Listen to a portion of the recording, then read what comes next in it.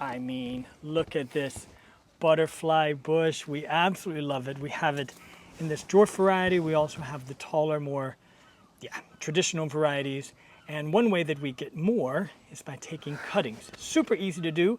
And here's Lars to tell us how to do it. I'm on it. Thank you for the intro. You're welcome. So here earlier in end April, beginning of May, we pruned this, I call it always the mother plant here, the really beautiful one, back. And I did not throw all the sticks, I guess you call it sticks, or branches away, because I made cuttings. And look at this, it's all already going in bloom, and this is end April, May I did these cuttings. They do take around 4 to 8 weeks, depending on when you take the cuttings to produce the roots. And the good sign is you can see them down here. So I'm actually going to show you how I made this one. And it will have the same, it's a true copy of the mother plant, as you can see here. When you do cuttings like this, it'll be the same color, which is really nice. So what I do, I have a good sized pot here, and you can use any kind of potting soil, leftover soil from the garden, whatever you kind of have around. I just used some good old potting soil I had leftover. And so what I do, I look for, when you do bushes like this, you have to, the best success with cuttings is of the green roots here, the new fresh branches that has been, stems that has been produced this year. So if you look down here, you can see like the older it gets more like a really hardy woody one, and that wouldn't be a good one making cuttings of. So it's better you look for, like I have one here. I'll just cut you and then I'll show you. Hold on. Are you coming? But it's one here. Yeah, very really soft, very green, yes. Very fresh. Very fresh. But the more flexible it is, it needs to be a little wiggly. Yeah, and you can see it's really green.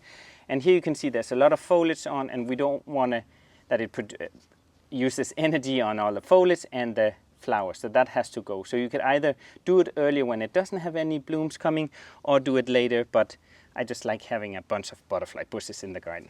So what I do, I just use my fingers here too, and then I just pull them off. You can even take more off. You could also take your scissors here, your shears, and do cut back on the foliage here, like that.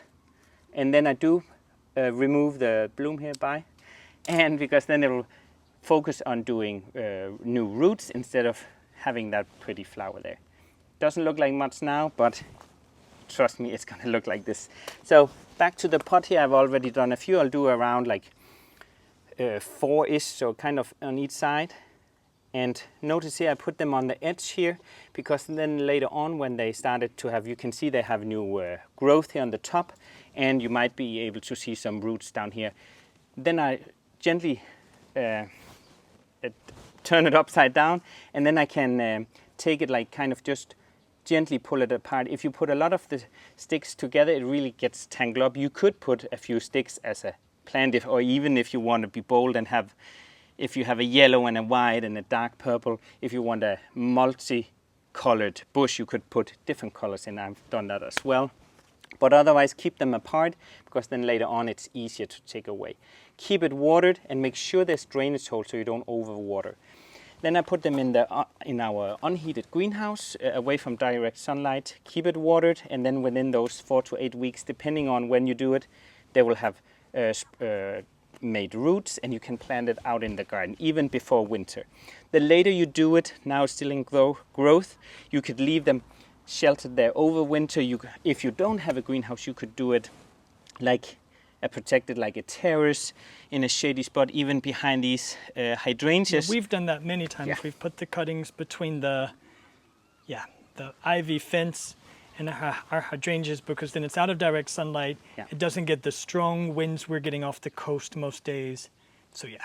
And as long as you keep it watered, then very quickly actually you will see new foliage. It's in the first few days it might hang a little bit. It needs to be watered very quickly, and then it's gonna be new free plants. Ta-da! And who doesn't love a free plant? Well, thank you, Lars. That was great. Right? So there you go. And this works for this dwarf variety, as well as, like we said, the more traditional, taller butterfly bushes. So happy cutting. So, and thank you for watching. Bye.